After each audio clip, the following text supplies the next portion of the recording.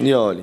یا علی کہنے کو آپ فقط رسم نہ سمجھیے گا. مولا محمد باقر علیہ السلام کی خدمت میں ایک شخص آیا تو امام نے سے پوچھا مسموکا تیرا نام کیا ہے؟ اس نے کہا محمد. کبھی ماں تک نبے بلاتے کس نام سے؟ اس نے کہا علی.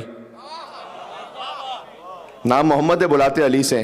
امام نے کہا لقد احتذرت من الشیطان احتذارا، تو نے تو شیطان سے بچنے کا پورا پورا بندوبست کر کے رکھا ہوا ہے.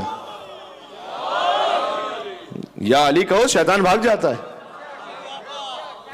دور ہوتا ہے شیطان علی کہنے سے. مشکلیں ہوتی ہیں آسان اور بھیڑ میں ہوتی ہے پہچان. نالا ختم کر لیتا ہوں قرآن.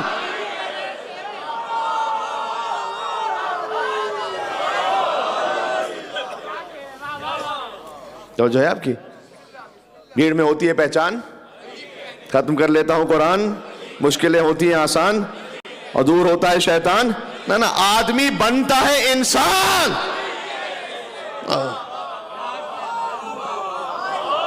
یا علی. تو یہ یا علی. اب یا علی آپ مولا علی کی نیت سے کہیے، مولا زین العابدین کی نیت سے کہیے تو بات وہی ہے. اور مولا رضا کی نیت سے کہیے، مولا علی القی کی نیت سے کہیے تو بات وہی ہے. جی سلسلہ یہ وہی سلسلہ ہے. تو جو ہے آپ کی تو اب یہ آدم آل محمد کا لقب بالکل کوثر والا ہے. یعنی اب شباہت دیکھ رہے ہیں آپ دادی اور پوتے میں کہ بی بی کا لقب کوثر جن سے نسل رسالت آگے بڑھی. مولا کا لقب آدم آل محمد جن سے آل محمد آگے بڑھے. جی آل محمد مرہون منت ہے مولا زین العابدین کے. اور اسی لیے آج کے مجلس میں بھی کہہ لیجئے اور ذکر مولا زین العابدین میں بھی کہہ لیجئے کہ ایک تحفہ مولا کی جانب سے وہ یہ کہ صحیفہ سجادیہ کا نام تو ہر ایک نے سن رکھا ہے. 54 دعائیں اس میں ریکویسٹ کروں گا جوانوں سے خاص طور پر. آج کل تو انٹرنیٹ کا زمانہ، آپ کے لیے کوئی مشکل کام بھی نہیں ہے کہ آپ اس میں ضرور ایک مرتبہ انڈیکس پڑھیے گا صحیفہ سجادیہ کا. آپ پوری نہ بھی پڑھ سکیں تو کم سے کم فہرست تو پڑھیں کہ اس میں ہیں کون کون سی دعائیں. اس میں سے خاص طور پر ایک دعا ہے دعا نمبر 23. کتنے ہی مومنین ہر ایک حالات کے اعتبار سے بہرحال کہیں نہ کہیں کسی مشکل میں، کوئی روزگار کی مشکل میں، کوئی صحت کی مشکل میں، خاندان کی مشکل میں. ایک لفظ عربی میں استعمال ہوتا ہے عافیت. عافیت اتنا حسین اور خوبصورت لفظ ہے، اس کا مجھے تو کوئی اردو پراپر ٹرانسلیشن سمجھ میں نہیں آتا کہ عافیت کو سمجھانے کے لیے آپ کو اردو میں 4-5 جملے کہنے پڑیں گے تب جا کے عافیت کا مفہوم سمجھ میں آئے گا. انگریزی میں جس کو کہہ سکتے ہیں ویل بینگ، یعنی ہر شے کے لیے خیر. ایمان کے لیے، صحت سلامتی کے لیے، اور اولاد کے لیے، روزگار کے لیے، اس کو کہتے ہیں عافیت.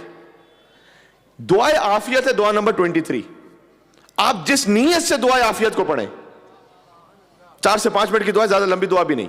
اور میری ریکویسٹ آپ سے یہ ہے کہ 1-2 دفعہ اس کا ترجمہ ضرور پڑھ لیجئے گا تاکہ آپ یہ جان سکیں کہ مولا زین العابدین السلام نے عافیت مانگی کیسے اللہ سے.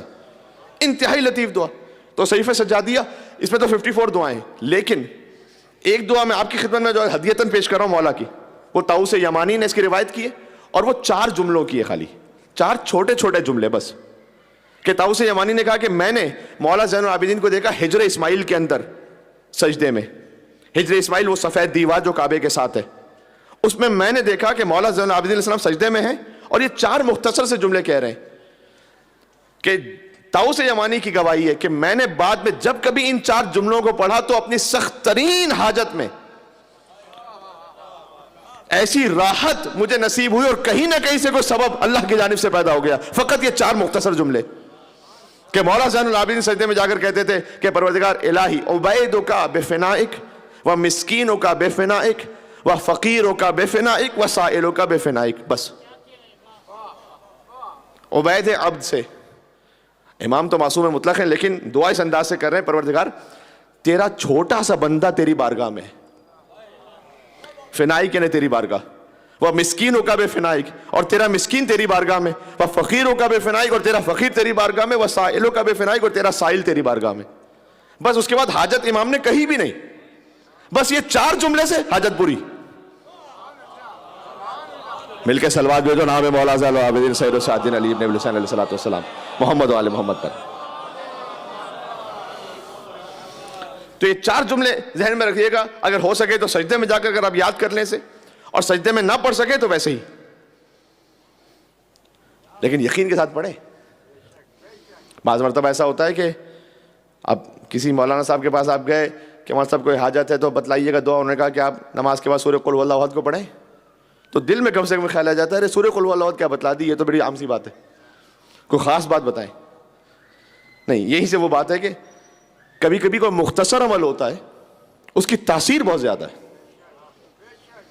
آپ تو بچپن سے اور ماؤں کی گودیوں سے سنتے ہیں اور ہمیں تو سمجھانے کی ضرورت ہی نہیں کہ مختصر عمل لیکن تاثیر اتنی زیادہ اس لیے کہ آپ ان کے ماننے والے ہیں کہ جس کی ایک ضربت ثقلین کی عبادت سے افضل ہے.